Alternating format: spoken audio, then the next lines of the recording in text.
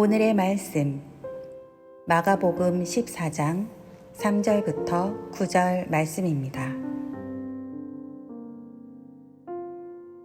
예수께서 베다니 나병 환자 시몬의 집에서 식사하실 때에 한 여자가 매우 값진 향유 곧 순전한 나드 한 옥합을 가지고 와서 그 옥합을 깨뜨려 예수의 머리에 부으니 어떤 사람들이 화를 내어 서로 말하되 어찌하여 이 향유를 허비하는가? 이 향유를 300데나리온 이상에 팔아 가난한 자들에게 줄 수 있었겠도다 하며 그 여자를 책망하는지라. 예수께서 이르시되 가만두라. 너희가 어찌하여 그를 괴롭게 하느냐? 그가 내게 좋은 일을 하였느니라. 가난한 자들은 항상 너희와 함께 있으니 아무 때라도 원하는 대로 도울 수 있거니와 나는 너희와 항상 함께 있지 아니하리라. 그는 힘을 다하여 내 몸에 향유를 부어 내 장례를 미리 준비하였느니라. 내가 진실로 너희에게 이르노니 온 천하에 어디서든지 복음이 전파되는 곳에는 이 여자가 행한 일도 말하여 그를 기억하리라 하시니라. 아멘.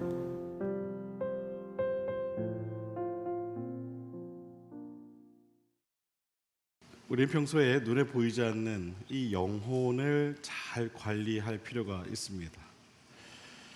영혼의 건강은 다른 데 있지 않습니다.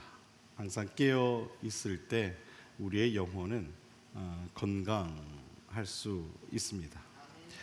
예수님께서 이 십자가에 달려 돌아가시기 전에 제자들과 함께 이 겟세마네 동산에 오르셔서 기도하실 때 제자들에게 이런 말씀을 하신 적이 있습니다. 너희가 나와 함께 한 시간도 이렇게 깨어 있을 수 없더냐? 시험이 들지 않게 깨어 기도하라. 마음에는 원이로되 육신이 약하도다. 예수님께서는 제자들에게 말씀하셨습니다. 깨어 있으라.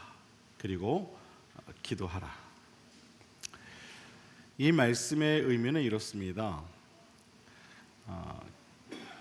잠드는 영혼을 깨우기 위해 너희는 지속적으로 기도해야 한다는 그런 이야기입니다. 다시 말해서 영혼이 깨어있기 위해서 우리의 기도는 멈춰서는 안 된다라는 이야기겠죠. 사랑하는 여러분, 기도는요 우리의 영혼을 깨우는 줄 여러분 꼭 믿으시길 바랍니다. 잠들어 있던 영혼을 깨우고 힘들어 지쳐 있던 그 영혼을 깨우고 바빠서 정신없이 살아가던 그 분주했던 영혼을 깨우는 줄 여러분 믿으시길 바랍니다. 어떤 사람들은 이런 이야기를 합니다.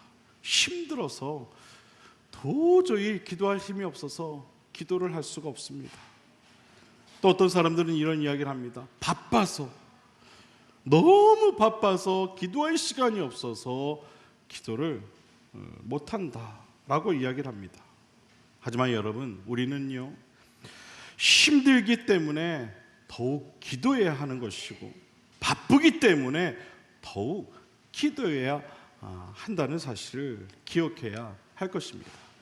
그래야 우리 영혼이 살고 우리 영혼이 깨어 있을 수 있게 되는 줄로 믿으시길 바랍니다. 저는 오늘 이 예배의 시간이 바로 이와 같이 우리의 영혼이 깨어나는 그러한 은총의 시간이 되어지게 되기를 먼저 주님의 이름으로 간절히 바랍니다. 우리의 영혼이 깨어나서 하나님의 뜻을 온전히 바라볼 수 있는 시간이 되고 나를 향한 하나님의 그 기대와 나의 가정을 향한 하나님의 그 기대와 그리고 우리 교회를 향한 그 하나님의 기대와 더 나아가서 이 나라와 민족을 향한 하나님의 그 크신 기대를 함께 바라볼 수 있는 시간이 되기를 바랍니다. 우리 이 시간 다시 한번 옆에 있는 분들 향해 이렇게 권면하도록 하겠습니다. 우리 함께 깨어 기도합시다.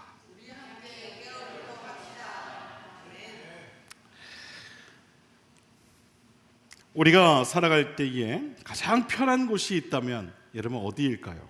어떤 사람은요, 집이 편하지요 라고 이야기하는 사람들이 있을 것이고, 또 어떤 사람들은 사랑하는 사람과 함께하는 그곳이 가장 편하다라고 이야기할 수 있을 것입니다. 그러나 여러분, 지금 말한 그 집, 그리고 여러분이 사랑하는 그 사람의 품은요, 영원한 우리의 안식처가 될 수는 없습니다.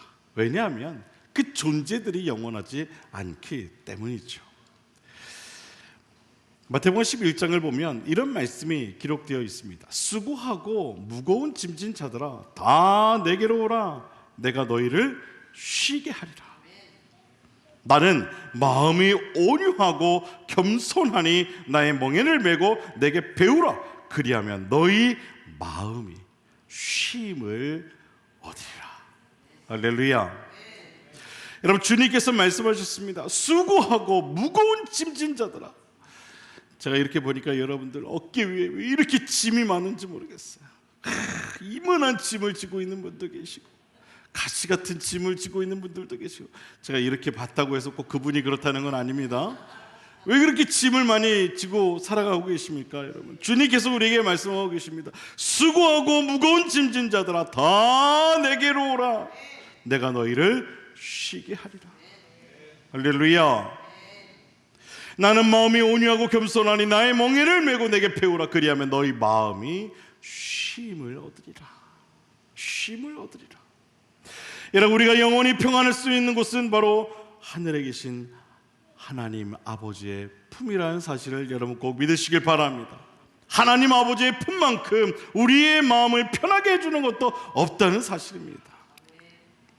누구라도 하나님 아버지 그 품에 안기게 될 때에 그 누구도 줄 수 없는 마음의 평안함을 얻게 되는 것입니다. 사랑하는 여러분, 여러분이 힘들고 지쳐 있을 때 꼭 하나님 아버지 품에 안기시길 바랍니다. 그럴 때 하나님 아버지께서는 이 세상 어느 누구도 줄 수 없는, 여러분 이것이 중요합니다. 어느 누구도 줄 수 없는 그 마음의 쉼을, 그 마음의 참된 평안함을 허락해 주실 것입니다. 하나님 아버지의 품은 그 품을 찾는 자의 것이다 라는 아주 유명한 말이 있습니다. 제가 한 말입니다. 한번 따라해 볼까요? 하나님 아버지의 품은 그 품을 찾는 자의 것이다. 누가 말했다고요? 할렐루야. 하나님께서 어떻게 이렇게 그냥 좋은 영감을 주시는지 모르겠어요. 여러분, 아무리 하나님 아버지의 품이 이 세상에서 가장 편한 곳이고 너희 마음에 쉼을 주는 곳이라고 해도요, 여러분, 그 품을 우리가 찾지 않으면 그래서 아무 소용이 없는 것입니다. 반드시 하나님 품에 들어가는 자만이 그 품이 주는 마음의 쉼을 얻을 수 있는 것입니다. 그 품을 찾아야 된다는 거예요. 그 품을 찾아야 돼요. 오늘 본문에 보면 이처럼 주님의 품을 간절히 사모한 한 여인이 나옵니다. 바로 향유를 부어 주님을 기쁘게 했던 바로 그 여인이죠. 이 여인이 예수님 발에 쏟은 그 향유의 가치는요, 오늘 성경에 보니까 대략 한 300데나리온쯤 되었다라고 기록하고 있어요. 이것은요, 당시의 노동자가 1년간 벌어야만 벌 수 있는 그런 큰 금액의 그러한 돈입니다. 이스라엘에서는 이 향유를 결혼 예단으로 삼은 만큼 매우 귀중하게 여기는 그러한 물품이죠. 지금 이 여인은요, 그토록 귀중한 향유를 지금 예수님 발 위에 쏟아 부은 것입니다. 이 여인의 행동을 지켜보던 제자들이 깜짝 놀라며 이렇게 말을 합니다. 그것을 가난한 자들에게 나눠주지 왜 그렇게 했느냐? 그게 지금 뭐하는 행동이야? 이 여인을 나무라죠. 그냥 우리가 평소에 하던 말로 이야기하면은요, 이런 겁니다. 야, 너 왜 그 쓸데없는 짓을 하고 있어? 여러분 그런 얘기 많이 하시죠? 왜 그런 일을 했냐는 거예요. 이를 본 그 예수님께서 제자들을 향해 이렇게 말씀하시죠. 놔둬라. 지금 그가 내게 좋은 일을 한 것이다. 내게 좋은 일을 한 것이다. 그러니 그냥 놔두어라. 여기서 예수님께서 말씀하신 그가 한 좋은 일은 과연 무엇일까? 첫 번째, 바로 향유를 부은 일을 말하는 것입니다. 향유를 부었다. 당시 이 여인이 주님께 쏟아부었던 향유는 이 여인의 전부와 같았던 것입니다. 그 이유는 자신이 결혼할 때 써야 할, 자신의 삶에 있어서 없어서는 안 될 정말 가장 소중한 향유를 지금 예수님께 쏟아부었기 때문에 그래요. 과거나 지금이나 남녀에게 있어서 결혼은 상당히 중요한 이름에 분명하죠. 왜냐하면 결혼은요, 자신의 인생을 좌우할 수 있는 그런 일이기 때문에 그렇습니다. 이러한 결혼을 위해 준비되어진 그 향유는요, 그만큼 소중할 수밖에 없었던 것이었습니다. 그런데 이 여인은 바로 그 향유를 주님께 쏟아 부었던 것입니다. 향유를 쏟아 부었다는 거예요. 이 여인이 한 그 첫 번째 좋은 일은 바로 이것입니다. 자신에게 있어서 가장 좋은 것을 아낌없이 주님께 드린 것입니다. 아낌없이 드렸다. 가장 좋은 것을. 여러분, 나한테 좋은 것이요, 예수님께도 좋은 것이 되는 거예요. 이 여인이 이 향유를 얼마나 아꼈겠습니까? 그래, 이 향유를 잘 보관했다가 정말 좋은 사람 만나서 결혼할 때 이것을 내가 예물로 그렇게 사용을 해야지. 얼마나 그 향유를 아끼고 아꼈겠어요. 그 어떤 것보다 아꼈을 겁니다. 그런데 예수님은요, 그런 그의 그 행동, 바로 그토록 아꼈던 향유를 쏟아 부었던 그 여인의 그 행동을요, 좋아하셨다는 거예요. 이유가 무엇이었을까? 바로 자신의 가장 좋은 것을 드렸기 때문입니다. 아마도 이 여인은 예수님을 만난 그 순간부터 자신의 주님께 드릴 수 있는 가장 좋은 것이 무엇일까? 그것을 고민하며 이 향유를 생각하고 부었을 것입니다. 내게 있는 것, 그 귀한 것을 주님을 위해 드려야지. 그럼 그것이 무엇일까? 그것을 고민하며 그것을 드렸을 것이라는 것이죠. 사랑하는 여러분, 우리에게도 이 여인처럼 지금 이 순간 주님께 드릴 수 있는 가장 좋은 것을 드릴 수 있는 그러한 믿음이 있어야 하는 줄로 믿습니다. 지금 내가 있는 이 곳에서, 지금 이 순간에 주님께 드릴 수 있는 가장 좋은 것. 찬양을 좋아하는 사람은요, 지금 이 순간 가장 아름다운 찬양을 드리는 것이 주님께 가장 좋은 일일 것입니다. 기도를 하는 사람에게는요, 지금 이 순간 하나님 마음에 합당한 기도를 드리는 것이 가장 좋은 일일 것입니다. 예배위원들은 지금 이 순간 가장 친절하고 성실한 모습으로 예배를 준비하는 것이 또한 가장 좋은 일일 것입니다. 예배하는 지금 이 순간 우리 모두가 드릴 수 있는 가장 좋은 것은 무엇일까? 바로 신령과 진정으로 예배 드리는 것. 그것이 아마도 주님께 가장 좋은 일이 될 줄로 믿습니다. 정성을 다해 주님께 예배를 드리는 것. 사랑하는 여러분, 여러분의 가정과 직장에서 여러분이 살아가는 바로 그 자리에서 가장 좋은 것이 무엇인가를 기억하면서 하나님께 가장 좋은 것을 드릴 수 있는 그러한 신앙이 되시기를 바랍니다. 그처럼 여러분의 가장 좋은 것을 주님께 드릴 때 주님은요, 그것을 가장 좋은 일로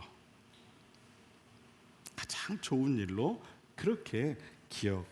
하실 것입니다. 그런데 이 여인이 드린 것은요, 향유만이 아니었습니다. 두 번째 이 여인이 드린 것이 있어요.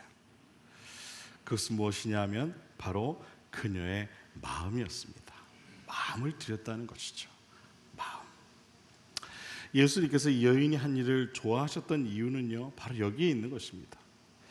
향유는 그 여인의 마음을 대신한 것뿐이라는 거예요.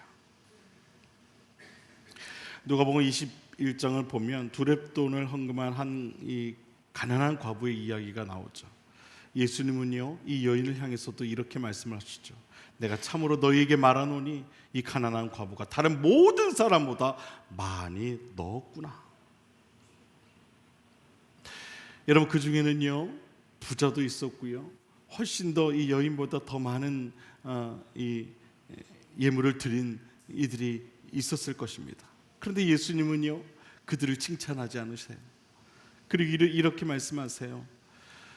이 가난한 과부가 다른 모든 사람보다 많이 넣었다.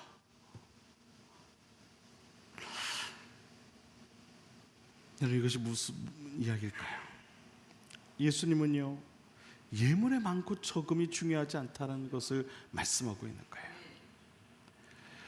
예물에 담긴 그 마음, 주님을 향한 그 마음을 보셨다는 거예요.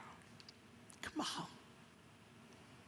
드려진 예물 안에 과연 얼마나 너희의 마음이 담겨 있느냐, 그것을 보셨다는 것이죠. 마태복음 6장 21절을 보면 예수님께서 이런 말씀을 하세요. 내 보물이 있는 그곳에는 내 마음도 있느니라. 오늘 본문에서 이 여인이 칭찬을 받은 이유가요, 바로 여기에 있는 겁니다. 이 여인이 쏟아 부은 향유는요, 그냥 그 향유만이 아니었던 거예요. 바로 이 여인의 마음, 그 전심이 거기에 담겨 있었던 것이죠. 예수님께서는 바로 이 여인의 그 마음을 기뻐하셨던 거예요. 여러분, 예수님께 여러분 향유가 얼마나 필요하셨겠습니까? 그렇지 않습니까? 온 천하가 다 당신의 것인데 그 향유가 여러분 얼마나 예수님께 큰 그 가치가 있었겠어요. 예수님께서 보셨던 것은 그 향유가 아니라 바로 자신의 그 전심을 드린 그 여인의 마음을 칭찬하고 싶으셨던 거예요. 여러분, 예수님께서 성경에서 가르치신 가장 그 계명, 여러분 무엇입니까? 내 마음을 다하고 목숨을 다하고 뜻을 다하고 힘을 다하여 주 너의 하나님을 사랑하라 하신 것이요, 둘째는 이것이니 내 이웃을 내 자신과 같이 사랑하라 하신 것이라. 이보다 더 큰 계명이 없다. 하나님의 법 가운데 가장 첫 번째 되는 법이 있는데 그것이 무엇이냐? 바로 하나님을 사랑하라는 법이에요. 이것보다 더 큰 법은 없다, 더 큰 계명이 없다, 주님께서도 말씀하셨어요. 여러분, 법은요 정해진 거예요. 법은 마음대로 바꿀 수 있는 게 아니에요. 하나님의 법 가운데 가장 첫 번째 법은 하나님을 사랑하는 거예요. 그런데 예수님께서 이 계명을 말씀하시면서 한 가지 조건을 달아 말씀하세요. 그게 무엇입니까? 마음을 다하고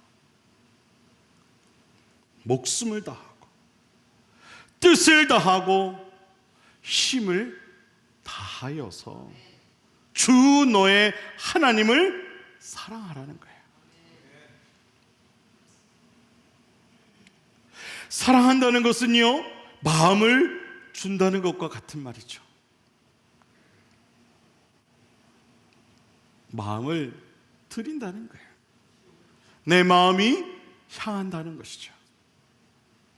사랑하는 대상을 향해 내 마음이 향해 있다는 것을 말하는 거예요. 여러분, 우리가 누군가를 사랑하게 되면 가장 먼저 무엇을 줍니까? 선물을 주죠. 자, 뭔가 이렇게 툭 던져줘요. 그게 뭐예요? 뭐가 됐든 이게 내 마음이야. 그걸 얘기하는 거잖아요. 그렇죠?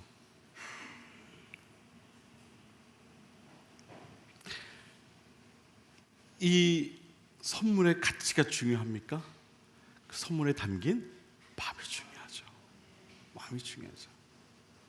그러니까 제가 초콜릿을 너무 조금 사왔다고 뭐라 그러지 마세요. 이거 제 마음이 담겨 있네. 너무 작게 사왔어. 주여. 여러분 마음이 전달돼. 마음을 전하고 싶은 거예요. 내 마음이 당신을 향해 있어 라고 이야기하는 것이죠. 여러분, 마음을 준다는 것은요, 내 전부를 준다는 것을 말하는 거예요. 내 마음이 당신을 향해 있다는 것을 말하는 거예요. 여러분, 연인들이 데이트할 때 아낌없이 서로를 위해 모든 것을 쏟아붓는 이유가 뭡니까? 여러분, 사랑하기 때문이죠. 여러분, 사랑하지 않는데 여러분 전부를 쏟아부을 수 있겠습니까? 반지도 사고 목걸이도 사고 가방도 사고 시계도 사고. 그런 이유가 여러분 무엇입니까? 사랑하니까. 여러분, 매장에 걸려있던 반지와 목걸이와 가방과 시계는요, 그냥 반지와 목걸이와 가방과 시계이지만 그것을 사랑하는 사람에게 선물하면 여러분, 그것은요 더 이상 그냥 반지와 목걸이와 너무 많다, 가방과 시계가 아니에요. 여러분, 해본 적이 없어서 이런 거. 여러분, 그게 이제 뭐가 되는 거예요? 그것을 선물한 사람의 마음이 되는 거예요. 그 선물은요 그냥 매장에 걸려있던 상품이 아니에요. 뭐가 되는 거예요? 마음이 되는 거예요. 마음이. 그래서 그 선물이 특별한 이유가 되는 것이죠. 사랑하는 사람의 마음이 담겨있기 때문에.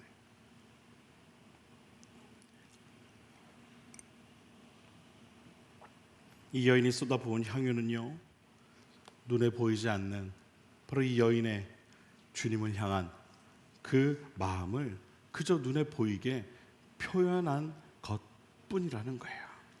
그 향유는 마음을 보여드리고 싶었던 거예요. 주님을 향한 제 마음이 이만큼입니다. 그것을 그저 보여드리고 싶었던 거예요. 어떻게 하면 주님을 향한 자신의 마음을 표현할 수 있을까 고민하다가 자신이 지금 현재 가지고 있던 가장 소중한 것, 그것을 가지고 와서 주님께 그 향유를 쏟아 부었던 것이죠. 예수님께서는 지금 향유를 받으신 것이 아니에요. 사실은요, 바로 이 여인의 마음을 받으셨던 거죠. 예수님을 향한 이 여인의 그 사랑 가득한 마음을 받으셨던 거라는 거예요. 사랑하는 여러분, 예수님은요 우리의 마음을 보세요. 우리의 마음을 보세요. 우리의 마음이 지금 어디를 향해 있는지, 누구를 향해 있는지, 그것을 보고 계신다는 것이죠. 사랑하는 여러분, 여러분의 마음은 지금 어디를 향해 있으십니까? 여러분의 삶 속에서 과연 여러분의 마음을 얼마나 자주 주님께 드리고 있으십니까? 주님 다 보고 계세요. 다 알고 계세요. 바라기는 여러분의 마음이 항상 주님을 향해 있을 수 있게 되기를 바랍니다. 마음을 드리는 것이 곧 하나님을 사랑하는 것임을 기억하시고, 언제 어디서나 여러분의 마음이 주님을 향해 있게 되기를 바랍니다. 우리가 하나님을 사랑하는 것, 그것은 다른 것이 아닙니다. 우리의 마음을 하나님께 드리는 것입니다. 지금 이 순간 내가 드릴 수 있는 것 가운데 가장 좋은 것을 마음을 담아 드리는 것입니다. 그리고 본문 8절을 보면 주님께서 이런 말씀을 하십니다. 그는 힘을 다해 내 몸에 향유를 부어 내 장례를 준비했다. 이 여인은 자신이 할 수 있는 최선의 힘을 다해 주님께 좋은 일을 했던 것입니다. 마음을 드렸다는 것이죠. 힘을 다했다. 여러분, 이것은요 마음을 다했다는 것을 말하는 것이죠. 그렇게 주님을 사랑했다는 거예요. 여러분, 사랑을 해도요 힘을 다해 사랑해야 아름다운 줄 여러분 믿으시길 바랍니다. 이 사람이 나를 사랑하는지 아닌지 모르면은요, 아무 감동도 아무 의미도 없는 그런 사랑이 되고 마는 거예요. 다음에는 초콜릿을 더 많이 사올게요. 네. 계속 저를 그렇게 바라보시는데, 네, 알겠습니다. 자, 우리는 다른 누구보다 하나님을 사랑해야 합니다. 할렐루야. 그것도 그냥 사랑하는 것이 아니라 마음을 다해 사랑해야 합니다. 그리고 힘을 다해 사랑해야 합니다. 마태복음 24장을 보면 이런 말씀이 기록되어 있습니다. 불법이 성함으로 많은 사람의 사랑이 식어지리라. 그러나 끝까지 견디는 자는 구원을 얻으리라. 할렐루야. 마지막 때에 이런 일이 일어난다고 합니다. 불법이 많아진다. 불법이 많아진다. 그리고 사랑이 식어진다. 마지막 때에 나타나는 현상이라는 거예요. 이것이 주님이 말씀하신 마지막 때에 일어날 모습이었어요. 이런 불법이 많아진다는 것은요, 하나님의 법이 훼손된다는 것을 말하는 거예요. 불법이 많아졌다. 하나님의 법이 훼손되어졌다는 거예요. 그리고 그 마음에 사랑이 아닌 미움과 다툼과 시기가 많아진다는 것이죠. 사랑이 식어졌다. 이것을 말하는 거예요. 미움이 살아나고 다툼이 일어나고 시기가 많아진다는 것이죠. 하나님을 사랑하지 않게 되고 이웃을 미워하고 시기하게 된다는 거예요. 우리가 가장 먼저 지켜야 할 법이 사랑의 법인데도 불구하고 많은 이들이 마지막 때에는 그와 같은 일을 하게 된다는 것이죠. 불법을 행한다. 사랑이 식게 된다. 하지만 그러면서도 예수님께서 말씀하시죠. 그럼에도 불구하고 마지막까지 하나님의 법을 지키는 자는 어떻게 된다고요, 여러분? 구원을 얻게 될 것이다. 마지막까지 하나님의 그 사랑의 법을 지키는 자는 구원을 받게 될 것이다. 마지막까지. 요즘 우리가 살고 있는 이 시대를 한번 생각해 보십시오. 하나님의 사랑의 법이 과연 있는가? 그렇다라고 말하기가 참 부끄러운 그런 시대를 살아가고 있습니다. 누군가를 탓하기에 바쁘고 서로를 향해 손가락질을 멈추지 않고 있습니다. 그런데 성경은 이것이 바로 마지막 때에 나타난 현상이라 그렇게 말합니다. 그러면서 그럼에도 불구하고 그러한 때라도 하나님의 법을, 즉 사랑의 법을 지킬 때에 그는 구원을 받게 될 것이다 라고 약속하고 계십니다. 끝까지 견디는 자가 그가 구원을 얻게 될 것이다. 끝까지 견디되 하나님의 법을 훼손하지 아니하고 하나님의 그 사랑의 법을 지키고 실천할 때 하나님께서 그를 구원하신다 라고 말씀하고 있습니다. 사랑하는 여러분, 하나님을 사랑하십시오. 하나님을 사랑하십시오. 마음과 힘과 목숨을 다해 하나님을 사랑하십시오. 전심으로 여러분이 있는 그 자리에서 하나님을 사랑하십시오. 사실 지난 한 주간 동안 제가 주중에 아시는 분들 몇 분만 아실 텐데 인도네시아에서 열린 세계 합창인들의 축제 발리 국제 합창 대회를 다녀왔습니다. 여러분이 알고 있듯이 인도네시아는요 무슬림과 힌두교도들이 95%가 넘는 나라입니다. 거기는요 집집마다 사원이 있어요. 가정사원이라고 하더라고요. 아침이면은 항상 제를 올려요. 여인들이 아침에 준비한 그 식사 가운데서 가장 좋은 부분을 다 따로 떠서 아침마다 향을 피우면서 제를 드려요. 그걸 매일 해요. 매일. 그런 나라를 다녀왔습니다. 그런 나라에서 목사님들로 구성된 합창단이, 그것도 감리교 합창단, 목사님들로 구성된 합창단이 합창대회에 참여해서 하나님의 이름을 노래하며, 여러분 놀라지 마십시오. 기대 이상의 성적으로, 별로 기대를 안 하시는 것 같은데, 기대 이상의 성적으로 남성 합창 부문 금메달, 그리고 이거는 예선전에 불과합니다. 그 부문 남성 합창 부문에서 금메달을 따고요. 거기에서 이제 또 금메달 딴 사람들끼리 다양한 이제 각 부문에서 금메달을 딴 사람들끼리 챔피언십 또 경연을 했는데 여러분 거기에서도 저희 감리교 목회자 합창단이 금메달을 땄어요.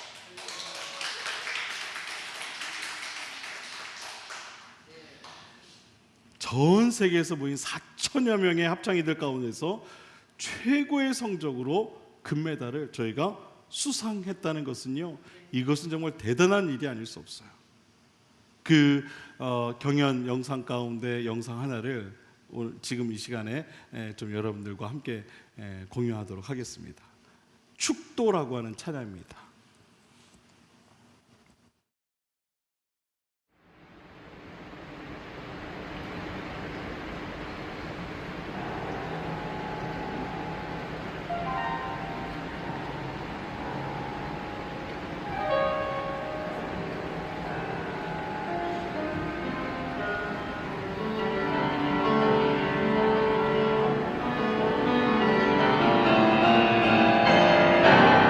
Oh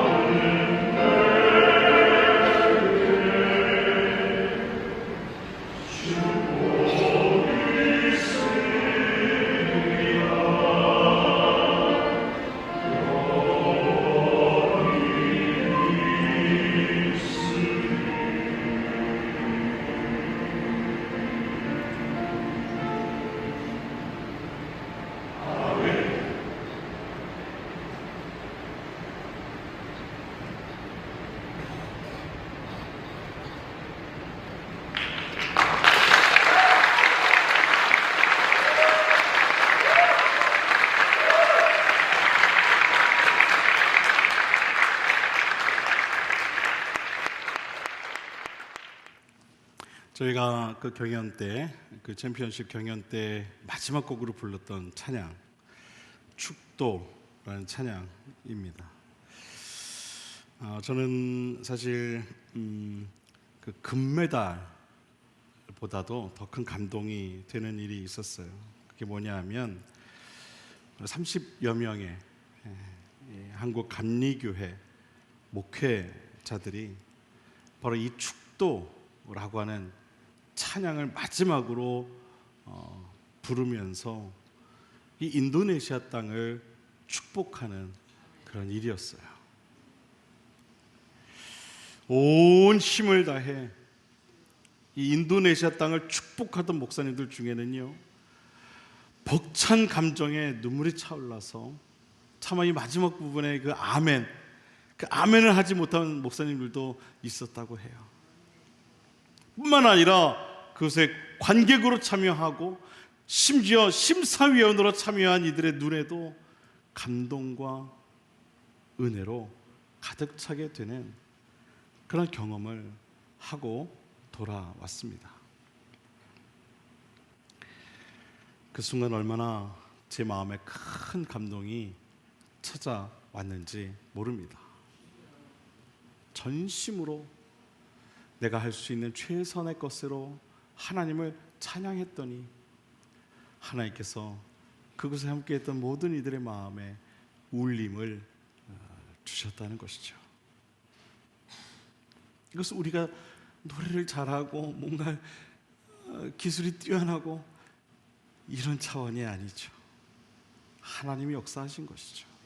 우리의 마음을 통해, 우리의 그 헌신을 통해 하나님께서 역사하신 줄로 믿습니다. 금메달은요, 그냥 덤이에요. 덤이에요. 그냥 수고했어, 그래, 선물 하나 가져가. 하나님이 주신 그냥 자그마한 선물인 것이죠. 더 중요한 것은 너희가 그렇게 나를 찬양하는 일을 기뻐하는구나. 내가 너희의 그 한 일을 참 좋아한다. 바로 그것이 가장 좋은 일이 어떤 것이죠. 사랑하는 여러분, 오늘 본문에 나온 한 이 여인과 같이 하나님을 사랑하되 여러분이 할 수 있는 가장 좋은 것으로 그렇게 하나님을 사랑하시게 되기를 바랍니다. 그리고 기왕 하나님을 사랑하는 것, 여러분의 마음을 다하고 힘을 다하여 하나님을 사랑하시게 되기를 바랍니다. 이것이 우리가 지켜야 할 가장 큰 법이요, 하나님의 마음을 감동하게 하는, 감동케 하는 방법이라는 사실을 꼭 깨닫고 돌아가는 오늘 이 시간 저와 여러분 모두가 될 수 있게 되기를 주님의 이름으로 간절히 축원을 드립니다. 기도하겠습니다.